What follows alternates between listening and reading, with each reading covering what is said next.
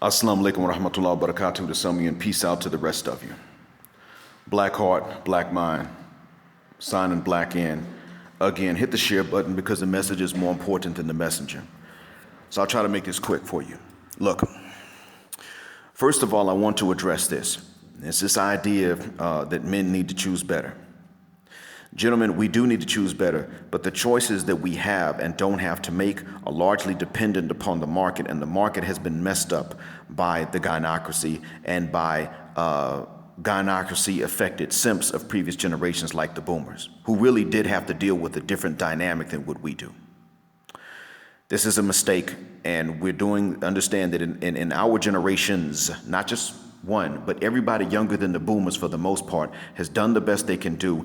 And those of you that are my age, early 40s and younger, all those age groups really didn't have much to choose from. It's not that good women don't exist, it's that they're not enough. And there's really little incentive in this market for attractive women to also be good. And that's what we're dealing with. So don't let people come and tell you, choose better in the way that they mean. When they say it, understand that the truth behind that is actually more than what they know. And that is that you must choose to not pursue in order for the market to reshape itself and to go elsewhere. Choose better means passport, go somewhere else, better culture. Secondly, second point, and I'm just going to go straight through these. I'm not going to spend much time on either point. So if you have a hard time believing it, okay. Secondly, I've got a new Facebook page, and it is Akili Nyeusi. That is just a Swahili translation for black mind. I've got that page. Feel free to check it out. Same logo. I'm friends on there with Edwin Anderson and Don Calypso. Wait, no, he doesn't have a page. Yeah, he does. So you can check it out if you want, but I'm still going to be mostly active on this one. But on that page, I'm going to be stealing a lot of things from Rais Mujahid because that man comes with the short posts that bring the funk. So I'm going to be stealing from him. Shout out to him. Thank you, sir. I'll be stealing things from Hasan Johnson on my post. On his post, and I'll be stealing them on mine. Fourth, and that Rais Mujahid and Hasan Johnson are the third point, by the way. I'm endorsing them. He has a Facebook page, and I would recommend following it. He can't friend everybody, but you should definitely follow it. Because you will learn not only what the points are, but how to defend against the detractions from these points. Fourth is the black political divide, and that ties into the fifth one. This black political divide that we've been dealing with lately, it is saddening, and this election really brought it out. And I want to reiterate that there is no option in this case. Biden and Trump are equally as bad as the other.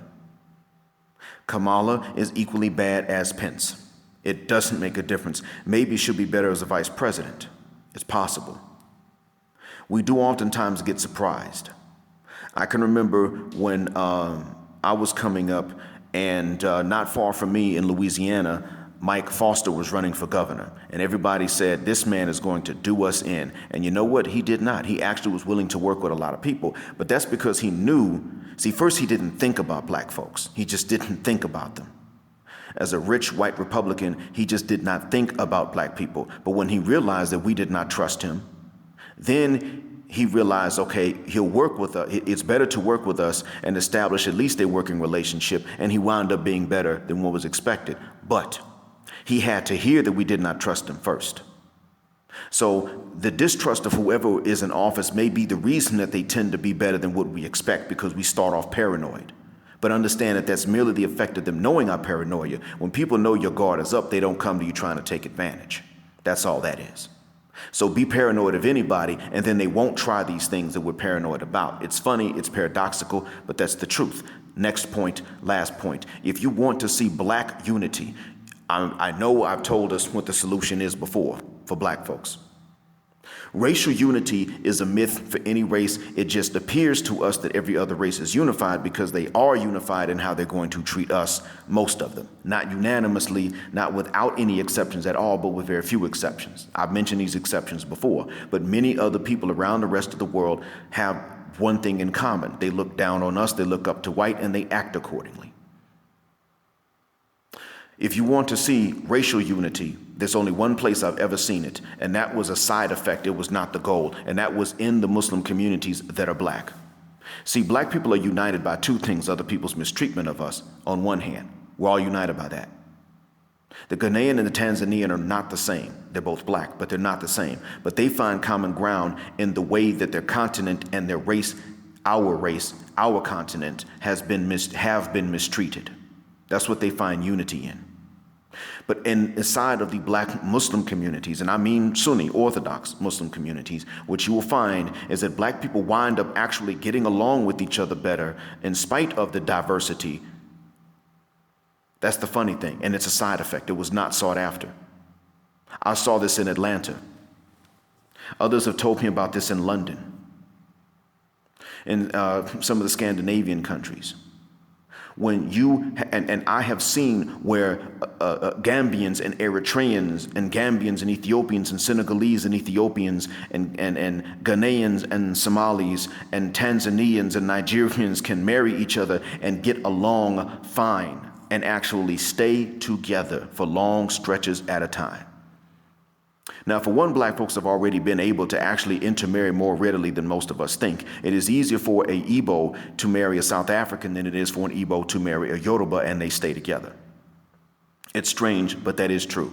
However, what I'm getting at is that, and they may not even be Muslim, but this has been going on for a long time when it comes down to the Muslims. A Chadian and a Sudanese have been able to, the Hausa and the Fulani for generations have been intermarrying. So I told you that if I'm going to tell you that something is a solution, I should also bring you the evidences and tell you where you can find more that would independently confirm or deny what I say. I asserted the conclusion. I told you how you can scrutinize my conclusion. Well, this is one of the things you can look at and see. Hang out with some, ask some, you'll find it. I know it's the case in Atlanta.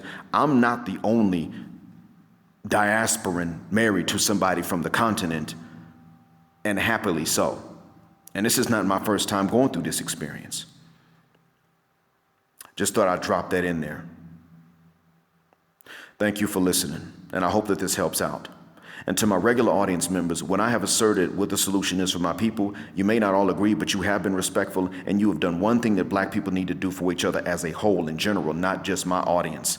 And that is that you have given me the benefit of the doubt. You have at least said, black mind does not mean us any harm in what he said. At least he means well, and you have not attacked me. We can do well to do this with each other. Boom Shika, Bonquisha, and Sapphire are not going to extend those courtesies to us. We can't wait for them to, but we as black men and non-Western black women can start to extend this to each other and see how much further we get in our communications. Thanks for listening. Black heart, black mind, black out. Assalamu alaikum. And black heterosexual male power just because they don't like it. Black patriarchy till extinction or judgment day.